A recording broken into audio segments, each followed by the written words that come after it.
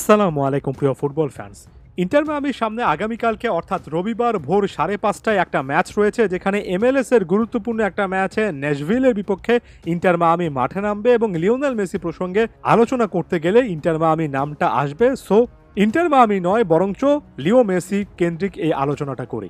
ন্যাশভিলের বিপক্ষে সাম্প্রতিক সময়ে ইন্টার মিয়ামি অনেকগুলো হাই ভোল্টেজ ম্যাচ খেলেছে, যেমন লিগস কাপের ফাইনালে আমরা দেখেছি টাইব্রেকারের রেজাল্টটা শেষ পর্যন্ত 10-9 হয়েছে। এরপর কনকাকাফ চ্যাম্পিয়ন্স কাপেরও রাউন্ড অফ 16-এ এই ন্যাশভিলের বিপক্ষে হাই ভোল্টেজ ম্যাচগুলোর মাধ্যমে ইন্টার মিয়ামি পরবর্তী রাউন্ডে গিয়েছিল।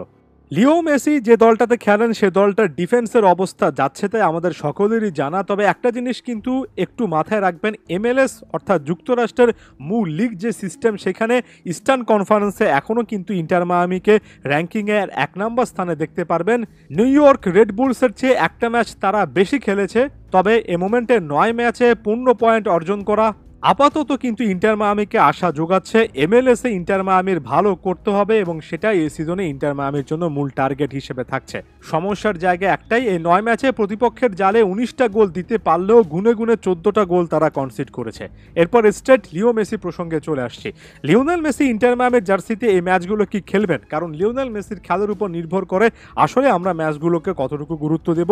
লিও মেসি না খেললে গুরুত্ব দেওয়ার আসলে কোনো কারণ দেখছি না। এ প্রসঙ্গে inter Miami coach tata Martino update দিয়েছেন, বলেছেন জর্ডি আলবা অন্তত 2টো ম্যাচ মিস করবেন এবং লিওনেল মেসি প্রসঙ্গে বলতে গিয়ে বলেছেন যে লিওনেল মেসিকে কেন্দ্র করে এখন কোনো স্পেশাল প্ল্যান নেই। লিওনেল মেসি স্বাভাবিকভাবে খেলবেন, স্কোয়াডের সঙ্গে আছেন।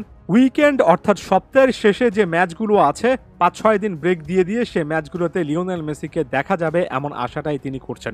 এখানে উইকেন্ড কথাটা অনেক বেশি করে গুরুত্বপূর্ণ। ইন্টার মিয়ামি বা যুক্তরাষ্ট্রের ফুটবলের ঠাসা একটা সূচি থাকলেও ইন্টার মিয়ামির সামনের ম্যাচগুলো যদি দেখেন, ন্যাশভিলের বিপক্ষে ম্যাচটা বাংলাদেশ সময় অনুযায়ী রবিবারে হচ্ছে, অর্থাৎ যুক্তরাষ্ট্রের সময় অনুযায়ী শনিবার সন্ধ্যা বা রাত। এটা উইকেন্ডের নাইট, কারণ যুক্তরাষ্ট্রের রবিবারটা হচ্ছে মূলত সপ্তাহের ছুটি বা উইকেন্ড। পরবর্তীতে নিউ ইংল্যান্ডের বিপক্ষে এপ্রিলের 28 তারিখে যে ম্যাচটা আছে, কিংবা নিউ ইয়র্ক রেড বুলসের বিপক্ষে মের 5 তারিখে যে ম্যাচটা আছে, তারপর মন্ট্রিয়ালের বিপক্ষে যে ম্যাচটা আছে, মাঝখানে ওরল্যান্ডো সিটির বিপক্ষে এই ম্যাচটা বাদ দিয়ে আবার ডিসি ইউনাইটেড, ভ্যানকুভার, এভাবে যদি চিন্তা করেন ইন্টার মিয়ামি মূলত উইকেন্ডে খেলছে, অর্থাৎ 4-5 দিন গ্যাপ দিয়ে খেলছে। টানা খেলা আপাতত নেই, সপ্তাহে গড়ে একটা করে ম্যাচ থাকবে এবং লিওনেল মেসির জন্য এটা যে একটা পারফেক্ট সিনারিও, বা যে কোনো ফুটবলারের যার ইনজুরি সংক্রান্ত হালকা ইস্যু আছে তার জন্য যে এটাই পারফেক্ট, সেটাই মূলত inter Miami coach tata Martino বোঝাতে চেয়েছেন।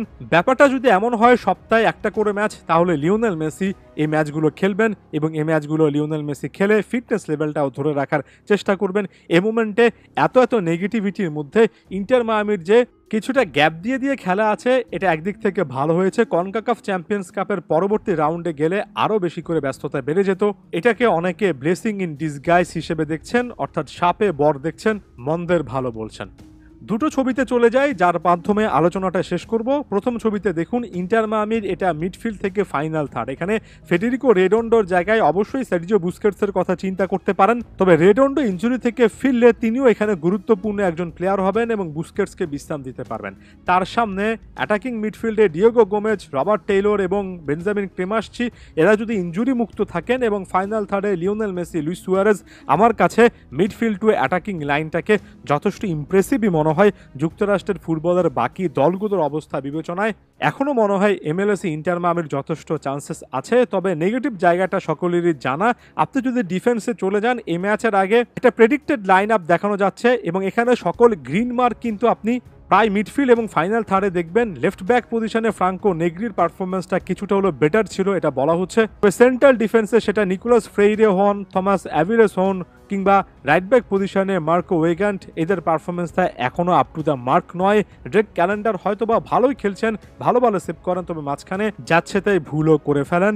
ডিফেন্সের এই অংশটা নিয়ে যদি আসলেই কাজ করা যায়, এখানে প্লেয়াররা যদি আসলে তাদের মান এমএলএস চলাকালীন সময়ে বাড়াতে পারেন, তাহলে যুক্তরাষ্ট্রের এই দলটার সুযোগ থাকবে। না হলে ইন্টার মিয়ামির চান্সেস খুব ভালো মানের একটা অ্যাটাক লাইন এবং মোটামুটি নির্ভরযোগ্য একটা মিডফিল্ড থাকার পরেও কিন্তু অনেকটুকু স্লিম হয়ে যাবে।